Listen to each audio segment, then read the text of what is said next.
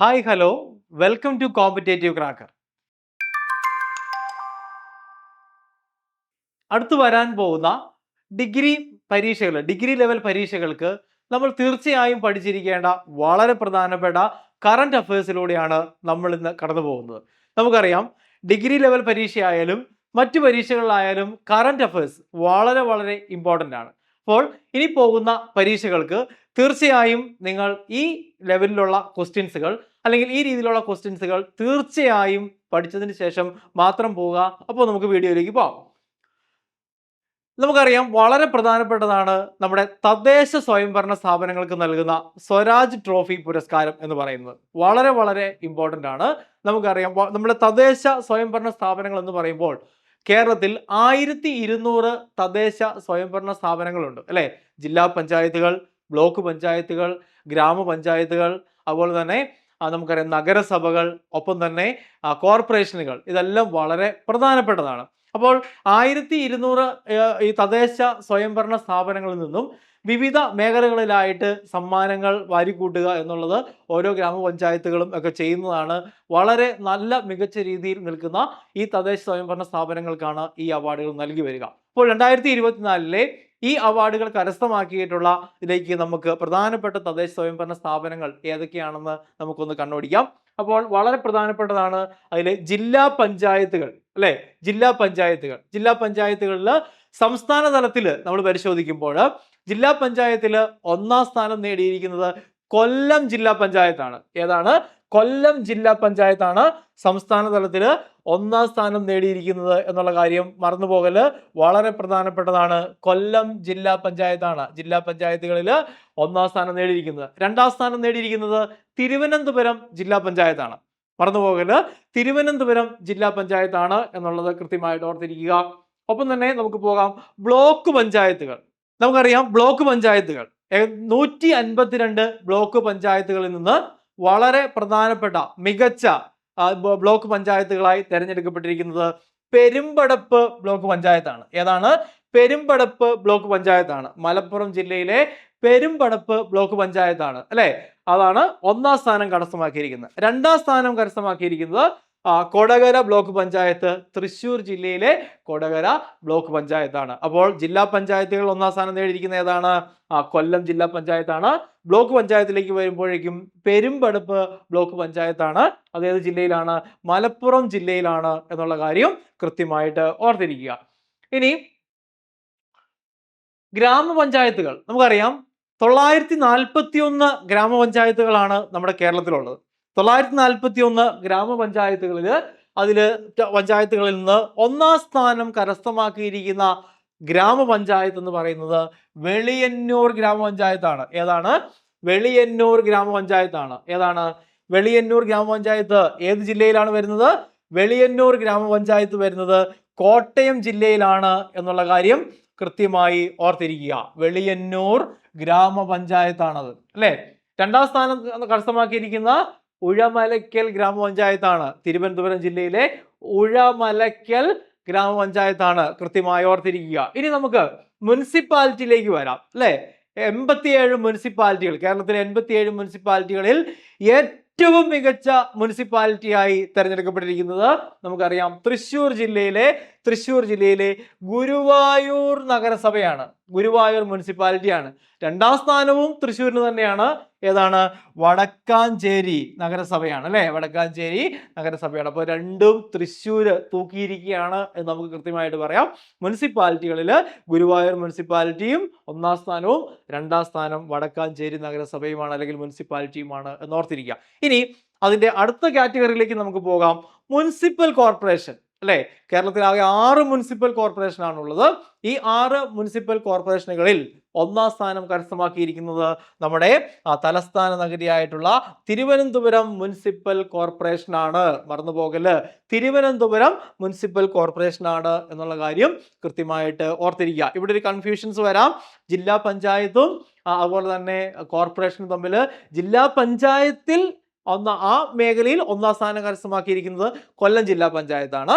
എന്നാൽ മുനിസിപ്പൽ കോർപ്പറേഷനിൽ ഒന്നാം സ്ഥാനം കരസ്ഥമാക്കിയിരിക്കുന്നത്, അല്ലെങ്കിൽ ആ ട്രോഫി അല്ലെങ്കിൽ ഒന്നാം സ്ഥാനത്തിന് അർഹമായിരിക്കുന്ന മുനിസിപ്പൽ കോർപ്പറേഷൻ എന്ന് പറയുന്നത് തിരുവനന്തപുരമാണ് എന്നുള്ള കാര്യം കൃത്യമായി അറിയുക. ഇത് കൃത്യമായിട്ട് ഓർത്തു വയ്ക്കുക. ഓക്കെ, വളരെ പ്രധാനപ്പെട്ടതാണ്. ഓക്കെ, ഇനി നമുക്ക് നോക്കാം കേന്ദ്ര ബജറ്റ്.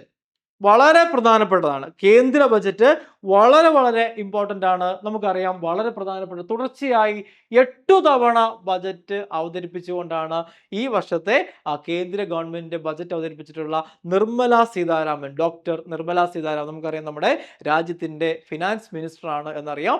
തുടർച്ചയായി 8 തവണ ഈ ബജറ്റ് അവതരിപ്പിച്ച ആ ഒരു പദവി നേടിയിട്ടുള്ളത് നിർമ്മല സീതാരാമനാണ് എന്ന് കൃത്യമായി നമുക്കറിയാം. എന്നാൽ ഏറ്റവും കൂടുതൽ തവണ ബജറ്റ് അവതരിപ്പിച്ചത് മൊറാർജി ദേശായി തന്നെയാണ്, 10 തവണ എന്നുള്ള കാര്യം മറന്നു പോകാതെ ഓർത്തിരിക്കണം. അതിന്റെ പ്രമേയം എന്തായിരുന്നു അല്ലെ? പ്രമേയം എന്തായിരുന്നു? ബജറ്റിന് ഒരു പ്രമേയം ഉണ്ടായിരുന്നു അല്ലെ? സബ്കാ വികാസ് എന്നുള്ളതായിരുന്നു. സബ്കാ വികാസ് എന്നുള്ളതായിരുന്നു ഈ തവണത്തെ ഈ ഒരു ബജറ്റിന്റെ പ്രമേയം. സബ്കാ വികാസ് എന്നുള്ളതായിരുന്നു ഇതിന്റെ പ്രമേയം. മറന്നു പോകല്ലേ, വളരെ പ്രധാനപ്പെട്ടതാണ്. ഇനി ഈ ബജറ്റിൽ ഒരു മുന്നോട്ട് വെച്ച പ്രധാനപ്പെട്ട ഒരു കാര്യമായിരുന്നു എന്ത്? മഖാന ബോർഡ്. മഖാന ബോർഡ് എന്ന് പറയുന്ന ബോർഡ് അല്ലെ? താമര വിത്ത്, താമരയുടെ വിത്ത് അല്ലെങ്കിൽ അതിനുമായി ബന്ധപ്പെട്ട കാര്യങ്ങൾ എല്ലാം ചെയ്യുന്നതിന് വേണ്ടി ബീഹാർ ആസ്ഥാനമാക്കിയിട്ട് വന്നിട്ടുള്ളതാണ് മഖാന ബോർഡ്. മറന്നു പോകല്ലേ, പരീക്ഷകളിൽ ആവർത്തിച്ച് ചോദിക്കാൻ സാധ്യതയുള്ളതാണ്. വളരെ വളരെ ഇമ്പോർട്ടൻ്റ് ആണ്, പ്രത്യേകം ശ്രദ്ധിക്കണം. ഓക്കെ, ഇനി വേറൊരു പ്രധാനപ്പെട്ട കാര്യമുണ്ട്. 12 ലക്ഷം രൂപ വരെ വരുമാനമുള്ളവരെ ആദായ നികുതിയിൽ നിന്ന് ഒഴിവാക്കിയിട്ടുണ്ട് അല്ലെ? വളരെ പ്രധാനപ്പെട്ട കാര്യമാണ് അല്ലെ? 12 ലക്ഷം രൂപ വരെ വാർഷിക വരുമാനമുള്ളവരെ എന്താണ്? ആദായ നികുതിയിൽ നിന്ന് ഒഴിവാക്കിയിട്ടുണ്ട് എന്നുള്ള കാര്യവും വളരെ ശ്രദ്ധേയമാണ് അല്ലെ? സർക്കാർ ഉദ്യോഗസ്ഥര്, മറ്റ് മേഖലയിലുള്ളവർക്കൊക്കെ അത് വളരെ ഗുണം ചെയ്യുന്ന ഒരു പ്രഖ്യാപനമായിരുന്നു. ഇനി ഇവിടെ മുന്നോട്ട് വെച്ച വളരെ പ്രധാനപ്പെട്ട ഒരു കാര്യമായിരുന്നു ബജറ്റിൽ നിർമ്മല സീതാരാമൻ മുന്നോട്ട് വെച്ചിട്ടുള്ള 4 എഞ്ചിനുകളെ കുറിച്ചുള്ള ഒരു പരാമർശം. 4 എഞ്ചിനുകളെ കുറിച്ചുള്ള ഒരു പരാമർശം വളരെ പ്രധാനപ്പെട്ടതാണത്. അത് ചിലപ്പോൾ സ്റ്റേറ്റ്മെന്റ് രൂപത്തിൽ വരെ ചോദിച്ചു എന്ന് വരാം. തീർച്ചയായിട്ടും ശ്രദ്ധിക്കുക. ആ 4 എഞ്ചിനുകൾ ഏതൊക്കെയായിരുന്നു? കൃഷിയുമായി ബന്ധപ്പെട്ട കാര്യം, MSME ചെറുകിട സംരംഭങ്ങൾ അല്ലെ? ചെറുകിട സംരംഭങ്ങളെ കുറിച്ച്, MSME കുറിച്ച് പറയുമ്പോൾ വളരെ പ്രധാനമായിട്ട് നമ്മൾ ഓർത്തിരിക്കേണ്ട ഒരു കാര്യമുണ്ട്. അത് രജിസ്റ്റർ ചെയ്യാൻ വേണ്ടിയിട്ടുള്ള ഒരു പോർട്ടലിന്റെ കാര്യമാണ് ഉദ്യം പോർട്ടൽ എന്ന് പറയുന്ന പോർട്ടൽ. വളരെ വളരെ ഇമ്പോർട്ടൻ്റ് ആണ്. ഓക്കെ, ഇനി നിക്ഷേപം, കയറ്റുമതി. ഇതാണ്. നിക്ഷേപം ഇല്ലെങ്കിൽ നമുക്കറിയാം നമ്മുടെ രാജ്യം എന്താണ്, കറക്റ്റായിട്ട് മുന്നോട്ട് പോകത്തില്ല. കയറ്റുമതി ഇല്ലെങ്കിലും അങ്ങനെ തന്നെയാണ്. കൃത്യമായ കയറ്റുമതി, നിക്ഷേപവും ഒക്കെ വേണം. അപ്പോൾ നിർമ്മല സീതാരാമൻ 2025-26 കേന്ദ്ര ബജറ്റിൽ പരാമർശിച്ചിട്ടുള്ള 4 എഞ്ചിനുകൾ ഏതൊക്കെയാണ്? 1 കൃഷി, 2 MSME അല്ലെ? ചെറുകിട സംരംഭങ്ങള്, 3 നിക്ഷേപം, 4 കയറ്റുമതി. മറന്നു പോകല്ലേ, വളരെ ഇമ്പോർട്ടൻ്റ് ആയിട്ടുള്ള മേഖലകളിലൂടെ നമ്മൾ കടന്നു പോകുന്നു കറണ്ട് അഫയേഴ്സുമായി ബന്ധപ്പെട്ട്. ഇനി നമുക്ക് നോക്കാം. അതുപോലെ തന്നെ ഇത് Kisan credit card. Kisan credit കാർഡിൽ എന്ത് മാറ്റമാണ് കൊണ്ടുവന്നത് എന്ന് കൃത്യമായി നമ്മൾ മനസ്സിലാക്കേണ്ടതുണ്ട്. 5 ലക്ഷം രൂപ വരെ ക്രെഡിറ്റ് നേടാൻ പറ്റും അല്ലെ? 5 ലക്ഷം രൂപ ക്രെഡിറ്റ് കാർഡാണ് അല്ലെ? Kisan credit card. അപ്പോൾ 5 ലക്ഷം രൂപ വരെ നമുക്ക് എന്ത് ചെയ്യാൻ പറ്റും? ക്രെഡിറ്റ് നേടാൻ പറ്റുന്ന ഒരു സംവിധാനമാണ് കിസാൻ ക്രെഡിറ്റ് കാർഡിലൂടെ കൊണ്ടുവന്നിരിക്കുന്നത്. വളരെ ഇമ്പോർട്ടൻ്റ് ആണ്. ഇതും ബജറ്റിന്റെ ഭാഗമാണ്. മറ്റൊന്ന് ഉഡാൻ 2.0 പദ്ധതി അല്ലെ? 2.0 രാജ്യത്തെ വിവിധ സ്ഥലങ്ങളെ കൂടുതൽ വിമാനത്താവളങ്ങൾ നൽകി ബന്ധിപ്പിക്കുന്ന ഒരു പദ്ധതിയായിരുന്നു ഉഡാൻ 2.0 എന്ന് പറയുന്നത്. അപ്പൊ ഈ പദ്ധതികൾ വളരെ വളരെ ഇമ്പോർട്ടൻ്റ് ആണ്. മറന്നു പോകല്. കേന്ദ്ര ബജറ്റ് നമ്മൾക്ക് ഉറപ്പായും ഒരു ചോദ്യം പ്രതീക്ഷിക്കാവുന്ന മേഖലയാണ്. അതുപോലെ തന്നെ ചില നിയമനങ്ങൾ വളരെ ഇമ്പോർട്ടൻ്റ് ആണ് അല്ലെ? വളരെ പ്രധാനപ്പെട്ട ചില നിയമനങ്ങളിലൂടെ നമുക്കൊന്ന് പോകാം. അതിലൊന്നാണ് ക്രിസ്റ്റി കോവൻട്രി. ഇന്റർനാഷണൽ ഒളിമ്പിക്സ് കമ്മിറ്റിയുടെ പ്രസിഡന്റ് ആകുന്ന ആദ്യ വനിതയാണ് അല്ലെ? ഇന്റർനാഷണൽ ഒളിമ്പിക്സ് കമ്മിറ്റിയുടെ പ്രസിഡന്റ് ആകുന്ന ആദ്യ വനിതയാണ്. അതാരാണ്? ക്രിസ്റ്റി കോവൻട്രി ആണ് എന്നുള്ള കാര്യം കൃത്യമായി മറന്നു പോകല്. ഇവിടെ ഓർത്തിരിക്കേണ്ട ഒരു പ്രധാനപ്പെട്ട കാര്യമുണ്ട്. ഇന്ത്യൻ ഒളിമ്പിക്സ് അസോസിയേഷന്റെ പ്രസിഡന്റായി തെരഞ്ഞെടുക്കപ്പെട്ടിരിക്കുന്ന വളരെ പ്രധാനപ്പെട്ട ഒരു വ്യക്തിത്വം കൂടിയുണ്ട്. അതാരാണ്? പി.ടി. ഉഷയാണ് എന്നുള്ള കാര്യം മറന്നു പോകല്. അപ്പോൾ ഇവിടെ ക്രിസ്റ്റി കോവൻട്രി ഇന്റർനാഷണൽ ഒളിമ്പിക്സ് കമ്മിറ്റിയുടെ പ്രസിഡന്റ് ആവുന്ന ആദ്യ വനിതയാണ്, സിംബാബ്വേക്കാരിയാണ് എന്നുള്ള കാര്യം മറന്നു പോകല്ലേ. വളരെ വളരെ ഇമ്പോർട്ടന്റ് ആയിട്ടുള്ള ഒരു ചോദ്യമാണ്. നീന്തൽ താരമൊക്കെയാണ് അല്ലേ ക്രിസ്റ്റി കോവൻട്രി എന്ന് പറയുന്നത് അല്ലേ. അപ്പോൾ അതുമായി ബന്ധപ്പെട്ട് ചോദിക്കാം, വേദികൾ ചോദിക്കുന്ന ഒരു പതിവ് PSC ക്കുണ്ട്. ഇപ്പോൾ 2028 ഒളിമ്പിക്സ് ഇനി എവിടെയാണ് നടക്കുക? ലോസ് ഏഞ്ചൽസിലാണ് ഈ ഒളിമ്പിക്സ് നടക്കുക, USA എന്നുള്ള കാര്യം കൃത്യമായിട്ട് അറിഞ്ഞിരിക്കുക. അപ്പോൾ ആ കാര്യം പഠിക്കുമ്പോൾ വളരെ പ്രധാനപ്പെട്ട ഒരു കാര്യം കൂടി പഠിക്കണം. ഒരു പ്രധാനപ്പെട്ട ഒരു ഐറ്റം ഇതിൽ ആഡ് ചെയ്തിരിക്കുന്നു പുതിയതിൽ, അത് ബോക്സിംഗ് ആണ് എന്നുള്ള കാര്യം കൃത്യമായിട്ട് ഓർത്തു വെക്കുക. അതുപോലെ തന്നെ അടുത്ത ഒളിമ്പിക്സിൽ ക്രിക്കറ്റും ഉണ്ടായിരിക്കും എന്ന് പറഞ്ഞിട്ടുണ്ട്. ക്രിക്കറ്റ് പണ്ട് ഉണ്ടായിരുന്നു, പക്ഷെ ഇല്ല, ഇനി ക്രിക്കറ്റ് ഉണ്ടായിരിക്കും അല്ലെ. വിരാട് കോഹ്ലിയോടൊക്കെ നമ്മുടെ മാധ്യമ പ്രവർത്തകർ ചോദിച്ചപ്പോൾ നമ്മൾ കേട്ടതാണ് അല്ലെ. ഒളിമ്പിക്സുകളിൽ കൂടെ മത്സരത്തിൽ പങ്കെടുത്തതിന് ശേഷം വിരമിക്കുന്നതിനെ കുറിച്ചൊക്കെ അദ്ദേഹം പറഞ്ഞു കേട്ടാണ്. അപ്പോൾ ക്രിക്കറ്റ് വളരെ ഇമ്പോർട്ടൻ്റ് ആണ്. ഏതാണ്? അടുത്ത ഒളിമ്പിക്സ് മുതൽ. അപ്പോൾ ഒളിമ്പിക്സുമായി ബന്ധപ്പെട്ട് ഈ കാര്യങ്ങൾ, കറന്റ് അഫയേഴ്സിലെ ഈ കാര്യങ്ങൾ വളരെ വളരെ പ്രധാനപ്പെട്ടതാണ്, ഓർത്തു വെക്കുക.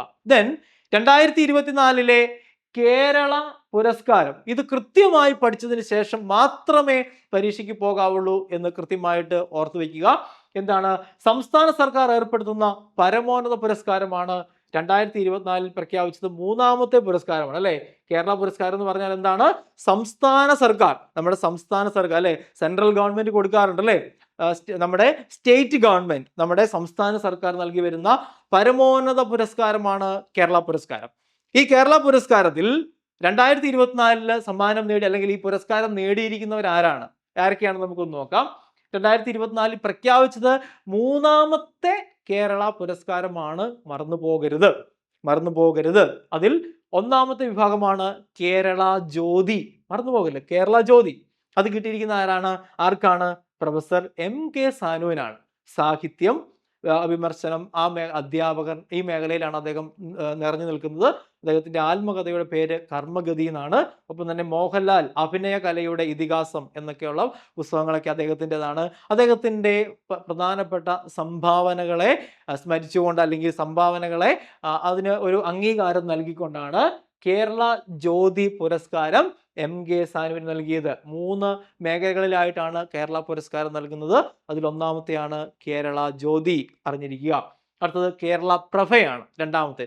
ഇത് 2 പേർക്കാണ് കിട്ടിയിരിക്കുക. ഒന്ന് S സോമനാഥ്, ശാസ്ത്ര സാങ്കേതിക രംഗം, നമുക്കറിയാം മുൻ ISRO ചെയർമാനൊക്കെ ആയിരുന്നു, വളരെ പ്രഗത്ഭനായിട്ടുള്ള ഒരു വ്യക്തിത്വം. അതുപോലെ തന്നെ P ഭുവനേശ്വരി, കൃഷിയുമായി ബന്ധപ്പെട്ട് വളരെയധികം പ്രാഗൽഭ്യം നേടിയിരിക്കുന്ന ആളാണ്. കേരള പ്രഭ, ഇവർ 2 പേരുമാണ് നേടിയിരിക്കുന്നത്. ഇനി കേരള ശ്രീ 3ാമത്തെ വിഭാഗമാണ്. കേരള ശ്രീ അത് 6 പേർക്കാണ്, വിവിധ മേഖലകളിൽ പ്രാഗൽഭ്യം തെളിയിച്ചിട്ടുള്ള 6 പേർക്കാണ് ഇത് കിട്ടിയിരിക്കുക. ഒന്ന് കലാമണ്ഡലം വിമല മേനോൻ. എന്താണ് കലാമണ്ഡലം എന്ന് കേൾക്കുമ്പോൾ തന്നെ നമുക്കറിയാം എന്താണ്, കലയുമായി ബന്ധപ്പെട്ടാണ് അല്ലെ. ഇനി ഡോക്ടർ TK ജയകുമാർ, അദ്ദേഹം എന്താണ്, ആരോഗ്യം, വളരെ പ്രധാനപ്പെട്ട മേഖല. മറ്റൊന്ന് നാരായണ ഭട്ടതിരി, കാലിഗ്രാഫുമായി ബന്ധപ്പെട്ട് വളരെ ഇന്ന് അധികം പ്രാധാന്യമേറി വന്നുകൊണ്ടിരിക്കുന്ന ഒരു മേഖലയാണ് ഈ കാലിഗ്രാഫി എന്നൊക്കെ പറയുന്നത് അല്ലെ. അപ്പോൾ കാലിഗ്രാഫുമായി ബന്ധപ്പെട്ടാണ് അദ്ദേഹം. മറ്റൊന്ന് സഞ്ജു V സാംസൺ അല്ലെ, നമുക്ക് ആ മേഖല പറയുപോലും വേണ്ട, സഞ്ജു V സാംസൺ എന്ന പേര് കേൾക്കുമ്പോൾ നമ്മുടെ മനസ്സിലേക്ക് വരും, ക്രിക്കറ്റ് ആണ് എന്നുള്ള കാര്യം വരും അല്ലെ, വളരെ പ്രധാനപ്പെട്ട. മറ്റൊന്ന് ഷൈജ ബേബി, സാമൂഹ്യ സേവനമാണ്. VK മാത്യൂസ്, വാണിജ്യം വ്യവസായം. ഇത്രയും പേരാണ് കേരള ശ്രീ നേടിയിരിക്കുന്നത്. അപ്പോൾ ഈ കേരള പുരസ്കാരം 2024 നമ്മൾ കൃത്യമായും പഠിച്ചതിന് ശേഷം മാത്രമേ പരീക്ഷയ്ക്ക് പോകാവുള്ളൂ കേട്ടോ. ഇനിയുള്ളത് 2025 കുറച്ച് നിയമനങ്ങളാണ്. ഈ നിയമനങ്ങൾ കൃത്യമായും ശ്രദ്ധിച്ചതിന് ശേഷമേ നമ്മൾ പരീക്ഷയ്ക്ക് പോകാവുള്ളൂ. അത് 2025 ഏപ്രിൽ പ്രധാനമന്ത്രിയുടെ സെക്രട്ടറിയായി നിയമിതയായത് ആരാണ്? നിധി തിവാരിയാണ്. ഇന്ത്യയുടെ നിലവിലെ ക്യാബിനറ്റ് സെക്രട്ടറി ആരാണ്? TV സോമനാഥാണ്. മറന്നുപോകല്ലേ, വളരെ പ്രധാനപ്പെട്ട നിയമനങ്ങളാണ്. ഇന്ത്യയുടെ നിലവിലെ വിദേശകാര്യ സെക്രട്ടറി വിക്രം മിശ്രിയാണ് എന്നുള്ള കാര്യം മറന്നുപോകല്. ഇന്ത്യയുടെ നിലവിലെ ആഭ്യന്തര സെക്രട്ടറി ഗോവിന്ദ് മോഹനാണ്. ഇന്ത്യയുടെ നിലവിലെ പ്രതിരോധ സെക്രട്ടറി ആരാണ്? രാജേഷ് കുമാർ സിംഗ് ആണ്. ഒപ്പം തന്നെ ദേശീയ സുരക്ഷാ ഉപദേഷ്ടാവ് ആരാണ്? അജിത് ദോവലാണ് എന്നുള്ള കാര്യവും കൃത്യമായി ഓർത്തിരിക്കുക. ഈ നിയമനങ്ങൾ വളരെ വളരെ ഇമ്പോർട്ടൻ്റ് ആണ്. ഓക്കെ, അപ്പോൾ നമ്മൾ ഡിഗ്രി ലെവൽ പരീക്ഷയ്ക്ക് തയ്യാറെടുക്കുമ്പോൾ നമ്മൾ ശ്രദ്ധിക്കേണ്ട വളരെ പ്രധാനപ്പെട്ട കറണ്ട് അഫയേഴ്സിലൂടെയാണ് കടന്നുപോയത്. അപ്പോൾ ഈ കാര്യങ്ങൾ വളരെ കൃത്യമായി പഠിക്കുക. ഓരോ മാസത്തെയും കറണ്ട് അഫയേഴ്സിന് പ്രാധാന്യം കൊടുത്തുകൊണ്ട് നിങ്ങൾ പരീക്ഷയ്ക്ക് പോവുക. അപ്പോൾ നിങ്ങൾക്ക് എല്ലാ ആശംസകളും നേരുന്നു. താങ്ക്